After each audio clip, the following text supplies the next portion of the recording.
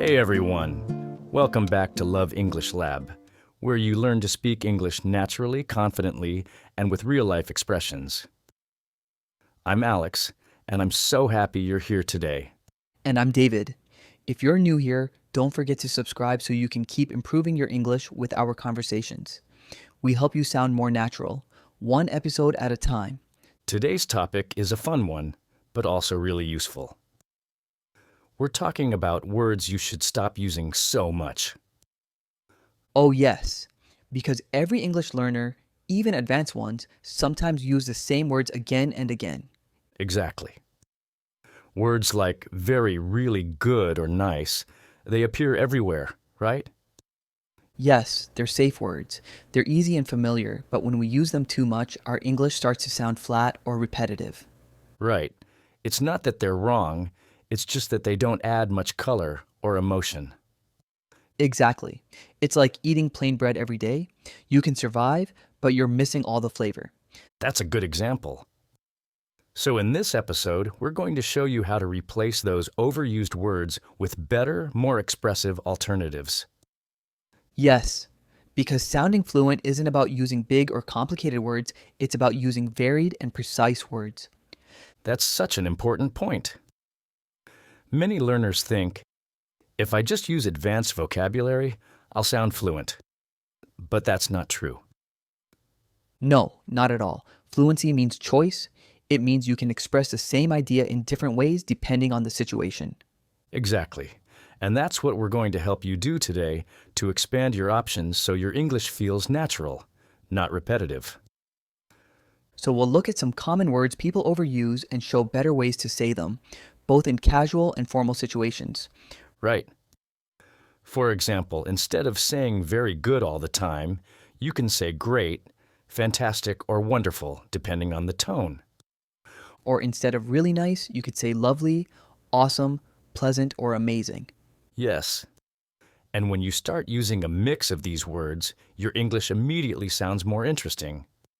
It also shows confidence because when you have more words to choose from, you don't get stuck repeating the same safe ones. Exactly. You sound like someone who's comfortable with the language, not like you're translating from your head. So if you want your English to sound more alive and expressive, this episode is perfect for you. We'll go through the most common words learners overuse, very good, really nice, like, and a few others, and give you natural, modern alternatives. Yes, real words that native speakers use every day, not academic, not forced, just natural English. That's right. And by the end, you'll have a new set of tools to make your English sound more colorful, more confident, and more you. Perfect. So, ready to stop saying very every 2 seconds? Let's fix that habit today. Let's do it.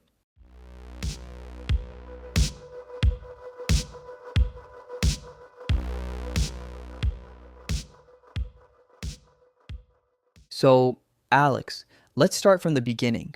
Why do learners overuse the same words again and again? That's such a good question. I think the main reason is comfort. When we learn a few common words early, like good, very, or really, they feel safe. Yes, and once something feels safe, it becomes automatic. You don't even think about it anymore, it just comes out. Exactly. For example, if someone says, how was your day? Most learners automatically say, very good, or really nice. Right. It's like a reflex. But the problem is, when you use the same small group of words for everything, your English starts to lose personality. Totally, it sounds correct but not interesting. Exactly. And the goal of learning English isn't just to be correct, it's to be expressive. Yes, to sound like you. Because real communication isn't about perfect grammar. It's about expressing feelings, reactions, and ideas clearly. And using the same words all the time hides your personality. That's true. Imagine you go to a restaurant every day and order the same dish. It's fine, but after a while, you stop tasting it. Yes, the same happens with words. When we repeat them too much, they lose flavor. Exactly. And I think another reason learners overuse words is fear. Fear of making mistakes with new ones. Oh, yes, Many learners think, if I try a new word and use it wrong, I'll sound silly. Right. So they stay inside their comfort zone. But the funny thing is, that comfort zone actually limits fluency. Absolutely. Because real fluency isn't about never making mistakes, it's about being flexible and trying. I completely agree. You have to play with the language like a musician plays with sounds, Yes, that's how you discover rhythm, emotion, and meaning. and that's why it's good to become aware of your habits. Ask yourself, what words do I use all the time? Yes, that's the first step. Awareness. You can even record yourself speaking or writing and notice which words repeat again and again. Exactly. Some learners say really 10 times in a conversation without noticing. True, like, it's really good, really nice, really cool, really interesting. Right. After a while, really loses its power. Yes, and that's when your message starts to sound weak, even if it's correct. So instead of saying really for everything, you can use other words. So, super, totally, extremely, absolutely, or even just change your tone. Yes, sometimes you don't need another word, you can express intensity just with your voice. Exactly. Like instead of saying, that's really funny, you can say, that's hilarious, with a smile. Yes, and suddenly your English sounds alive. Right. So step 1 is noticing what you overuse. Step 2 is replacing it with something fresher. I like that. Replace it with something fresher. It's true. Think of it like updating your vocabulary wardrobe. I love that image. Like cleaning out your closet, time to throw out the old and try something new. Exactly. Maybe you've used good for years. It's time to try great, wonderful, or fantastic. Or instead of bad, try terrible, awful, boring, or disappointing. Yes, each of those gives a more specific feeling. That's the key, specificity. The more specific you are, the more natural and fluent you sound. Exactly. Good can mean anything, food, a movie, a person, but delicious, amazing, or kind tell your listener exactly what you mean. Yes, it makes your English feel real, not robotic. And the good thing is, you don't need to learn hundreds of new words, just a few that express your feelings more clearly. Exactly. Replace one word at a time. For example, start by using great instead of good for a week. Yes. Then maybe replace very with something more natural, like so or super. And slowly, your vocabulary starts to sound richer without feeling forced. Right. The goal isn't to sound like a dictionary, it's to sound like a person who enjoys words. I love that. Enjoy words. That's the perfect message. Because when you enjoy words, you start noticing how others use them too. Yes, you hear expressions in songs, movies, or shows, and suddenly they make sense. Exactly. You stop memorizing and start absorbing. That's what real fluency feels like when English starts sounding natural in your head. I love that. So in the next part, let's look at some of the most overused words in English and what to say instead. Perfect. We'll start with one of the most common, very. Oh yes, that one deserves its own chapter. It really does. Let's fix it together in the next part.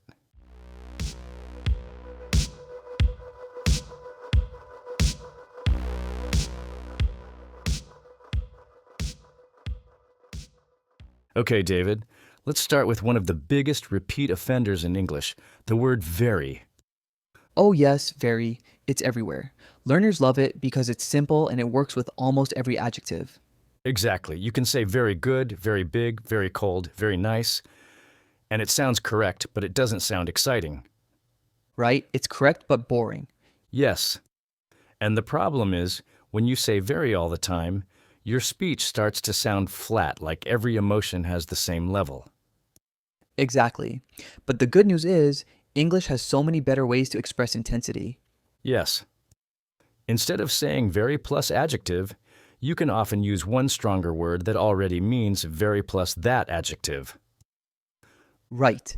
For example, Instead of very good, you can say excellent, great, wonderful, fantastic, amazing, or awesome. And instead of very bad, you can say awful, terrible, horrible, or dreadful. Yes. And when you use those, your English immediately sounds more alive and you sound more confident. Totally. Let's go through a few more examples so our listeners can start using them right away. Good idea. Let's start with very big. Instead of very big, say huge, enormous, or massive. And for very small, you can say tiny or mini. Right. That's a very big problem becomes. That's a huge problem. It feels stronger and more natural. Exactly. Or my apartment is very small can become, my apartment is tiny. Perfect. And what about very cold? Easy, freezing. You can say, it's freezing outside. And very hot becomes boiling or scorching. The weather is boiling today. That's true in summer. And very hungry. Starving. I love that one. I'm starving means I'm very hungry. Yes, that's one of the most common ones native speakers use. Exactly. And very tired becomes exhausted. Right. I'm exhausted sounds so natural, and it's shorter. That's the beauty of using stronger adjectives. They sound natural and expressive without extra words. Exactly. And they make your English more emotional, more like a real conversation. Yes. Because when you say I'm very tired, it sounds like information. But when you say I'm exhausted, it sounds like a feeling. I love that. That's the difference between communicating and connecting. Exactly. Okay, let's do a few more examples. What about very happy? You can say thrilled, delighted, excited, or over the moon. Yes, I'm over the moon is such a nice idiom. It means I'm extremely happy. And very sad can be upset or heartbroken, depending on the situation. Perfect. And very scared becomes terrified or frightened. Yes. Instead of saying I was very scared, try I was terrified. It sounds real, like something you actually felt. Totally. And very angry can be furious. Exactly. He was furious about the mistake. That's one native speakers use all the time. And let's not forget very beautiful. You can say gorgeous, stunning, or lovely. I like that. Gorgeous is perfect for people, and stunning is great for places or scenery. Right. The view is stunning sounds much more alive than the view is very beautiful. Totally. And one more, very funny. You can say hilarious. That movie was hilarious. Exactly. That's how real people speak. You'll hear it all the time in movies or TV shows. Yes. And the fun part is, once you start using these stronger words, your English starts to sound effortless. Right? You stop translating very plus something and start feeling the right word. That's real fluency. It's not about memorizing a list. It's about choosing words that match your emotion. Exactly. And learners can practice this every day. Yes. Next time you want to say very plus adjective, stop for a second and ask yourself, is there a stronger word I can use? Yes, you can even write your own list. For example, say great, wonderful, or fantastic instead of very good. Say terrible or awful instead of very bad. Say exhausted instead of very tired. Say thrilled instead of very happy. Say freezing instead of very cold. Exactly. Keep that list somewhere visible, maybe on your desk or your phone, and try using one new word each day. That's a great idea. It's like exercising your vocabulary muscles. Yes. And the more you use them, the more natural they become. Exactly. So don't be afraid to experiment. Using new words shows confidence. Yes. And remember, fluency doesn't mean using many words. It means using the right ones. Beautifully said. Thanks, man. So, in the next chapter, we'll move to another word that people use way too often, really. Oh, yes, that one's another classic. Let's fix it too. Let's do it.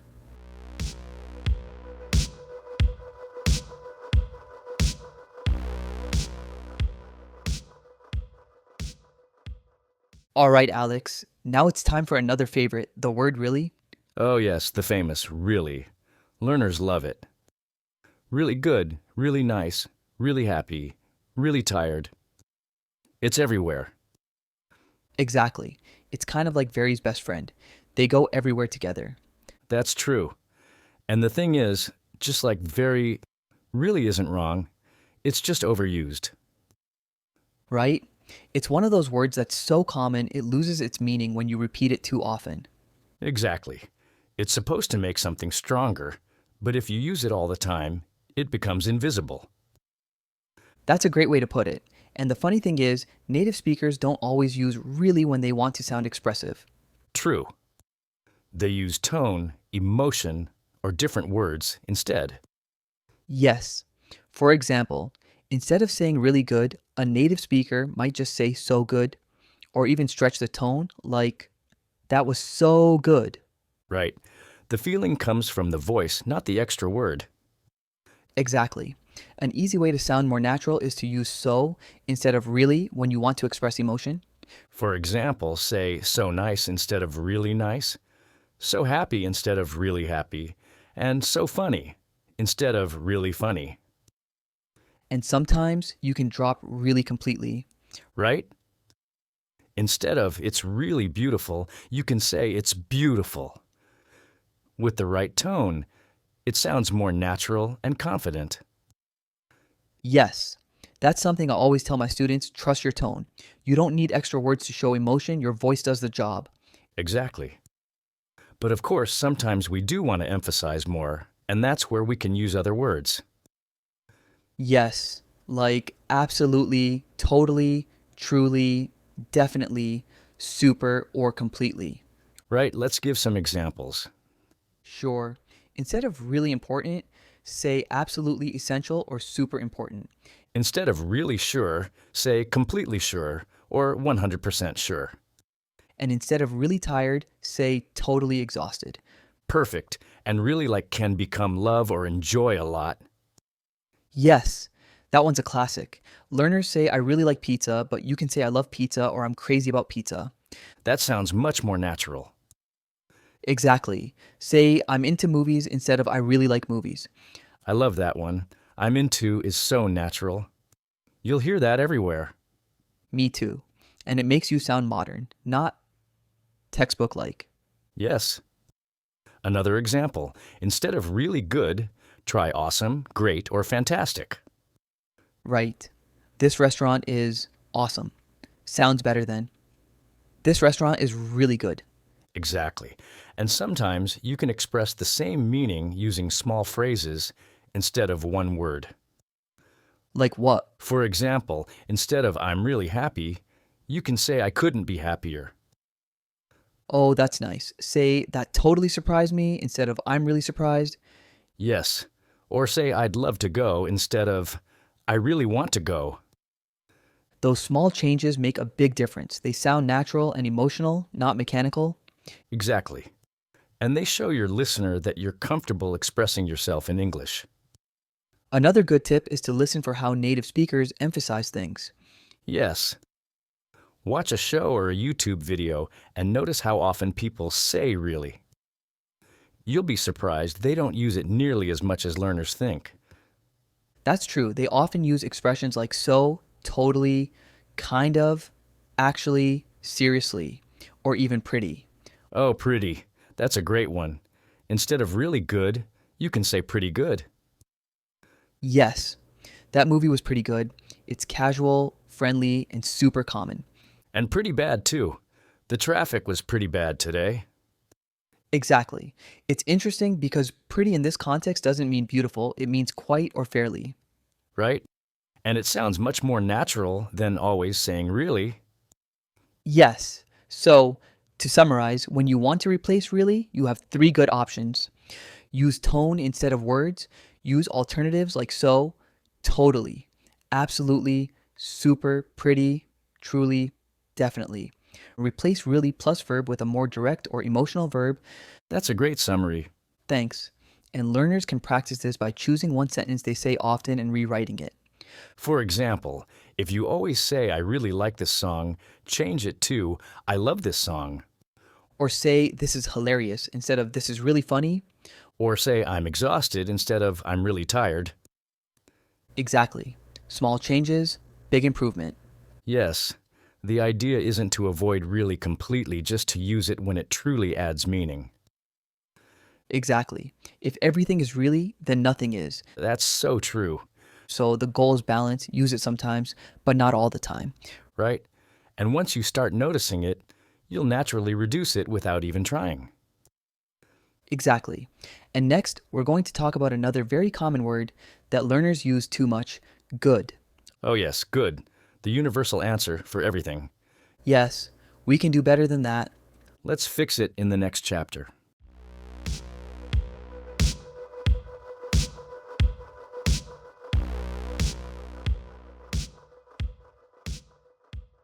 So, David, let's talk about another word that we all use way too much, good. Oh, yes, good is probably one of the most common words in English. Totally. It's short, simple, and safe. That's why learners use it all the time. Right?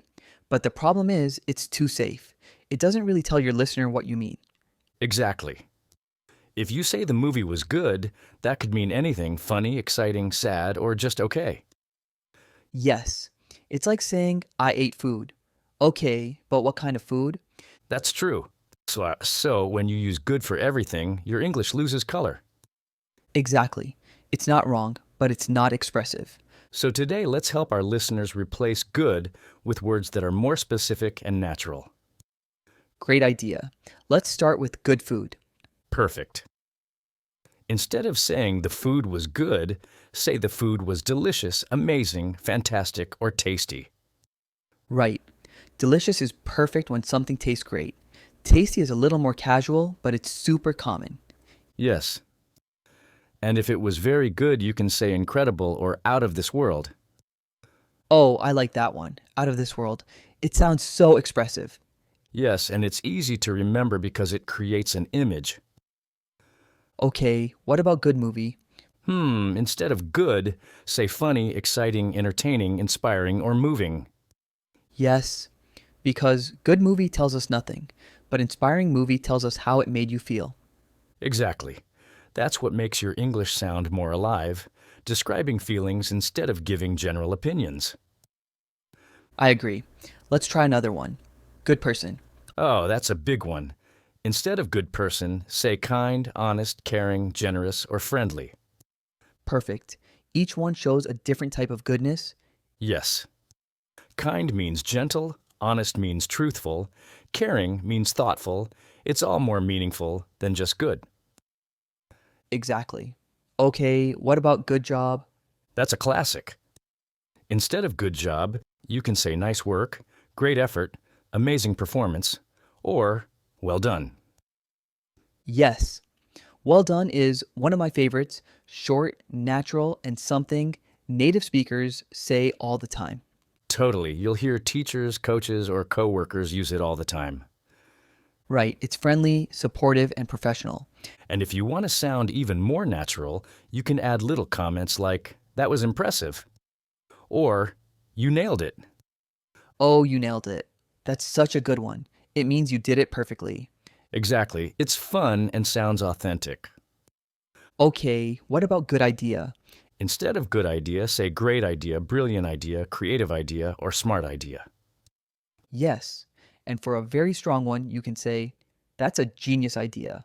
True. It sounds natural and enthusiastic. And what about good time? You could say amazing time, fun time, or wonderful time. For example, we had an amazing time at the beach. Right. Or we had so much fun. That's even more natural. Yes, that's how people actually talk in real life. Okay, now one that everyone says, good day. Ah, yes, I had a good day. You could say I had a great day, a productive day, or a relaxing day, depending on what kind of day it was. I love that. Because when you say productive day, I know you worked hard.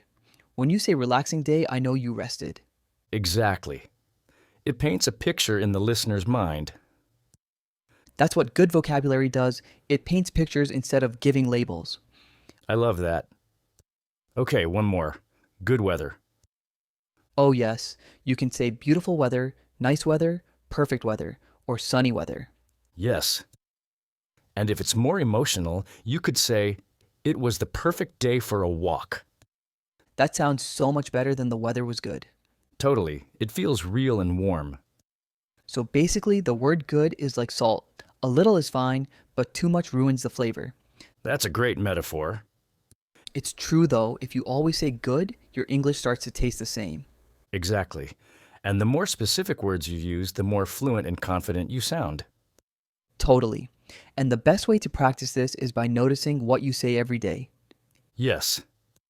Next time you want to say good, pause for a second and ask, what do I really mean? Right. Am I talking about food, a person, an experience, a feeling? Once you know that, it's easy to find a better word. Exactly. And that habit will make your English grow fast. I completely agree. And next, we'll talk about another word to people overuse in almost every conversation. Nice. Oh, yes. That one definitely needs a makeover. Let's fix it next. Let's go for it.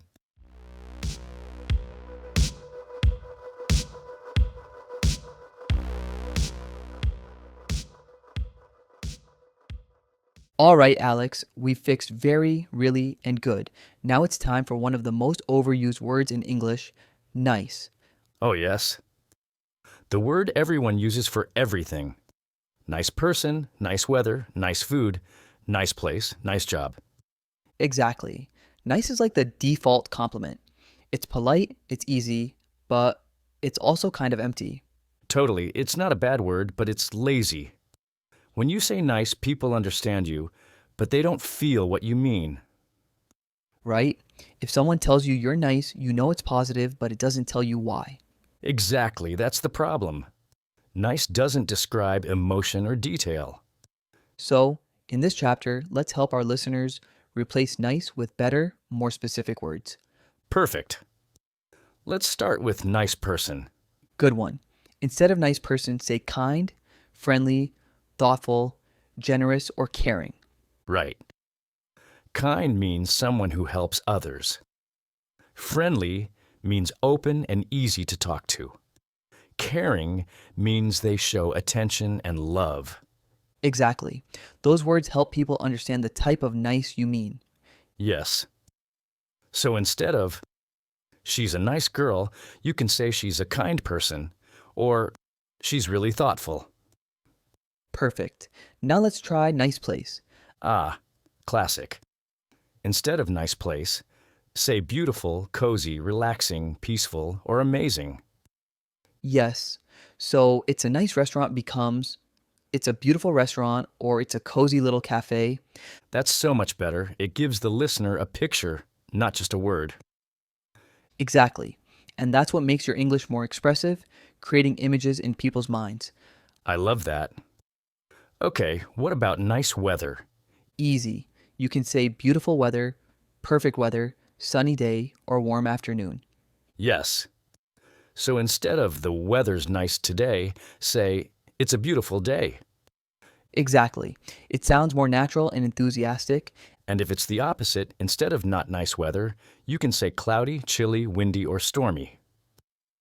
Great examples. Specific words help you sound like a storyteller, not a textbook. Exactly. And now, nice food. That one's easy. You can say delicious, tasty, flavorful, or amazing. Yes. This pizza is nice becomes. This pizza is delicious.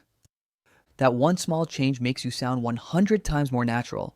Totally. And if you're talking about people cooking, you can say you're a great cook instead of you make nice food. Yes, that's how native speakers say it. And now, what about nice clothes? You can say stylish, elegant, cool, trendy, or beautiful. Yes.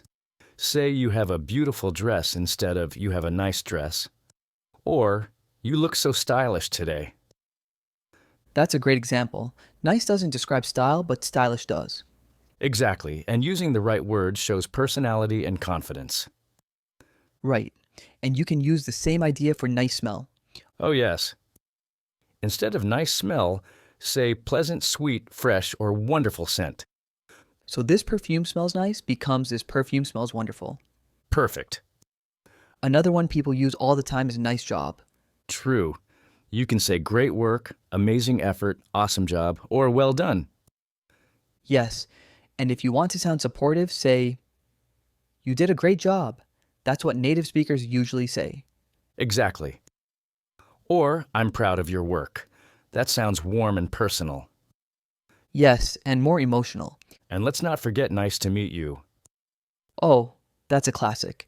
It's polite, but you can make it sound more natural by adding a little emotion. Yes. Instead of just nice to meet you, say it's great to meet you. Or, so good to meet you.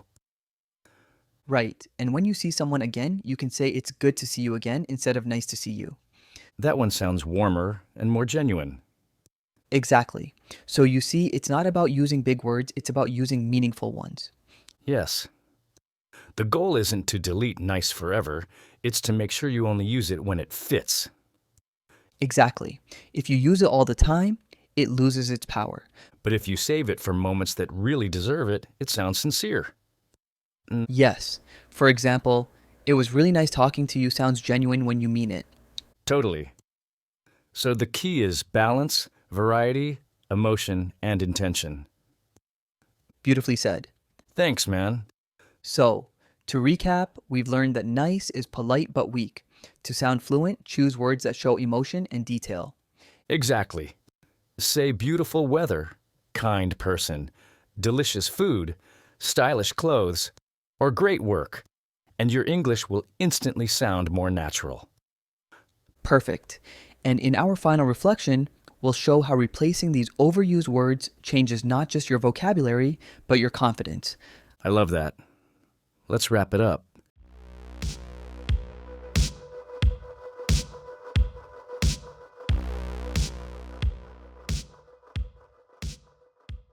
So, Alex, I think we've shown that speaking fluent English isn't about using big or complicated words. Exactly. It's about choosing words that actually say what you mean, words that show feeling, precision, and personality. Yes, when you stop using the same safe words, very, really, good, nice, your English becomes more alive, Totally. You stop sounding like you're reading a textbook and start sounding like someone who feels what they're saying. right? Because language isn't just about grammar or vocabulary, it's about connection, how people understand your emotions, not just your words. Yes. And when you use more expressive language, your listener feels that energy. They see the picture in their mind. Exactly. Instead of saying it's very good, you say it's fantastic. And suddenly, your message has emotion and color. I love that. It's like turning on the lights in your conversation. Everything becomes brighter and more interesting. That's a great image. And it's also a good reminder that small changes make a big difference. Totally. You don't have to change every word you use. Just start replacing a few overused ones with stronger, more specific words.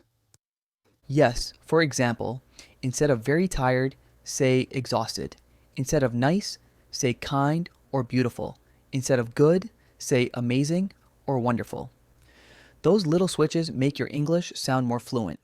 And the best part is, you don't need to memorize long lists. Just notice the words you say often and challenge yourself to say them differently next time. Exactly. For example, when you write a message or talk to a friend, ask yourself, can I use a more specific word here? Yes. And over time, that habit becomes automatic. You'll start choosing better words without even thinking. That's when you know you're growing as an English speaker. You're not just learning words, you're learning expression. Right? You're learning to feel the difference between words, and that's what real fluency is all about. Absolutely.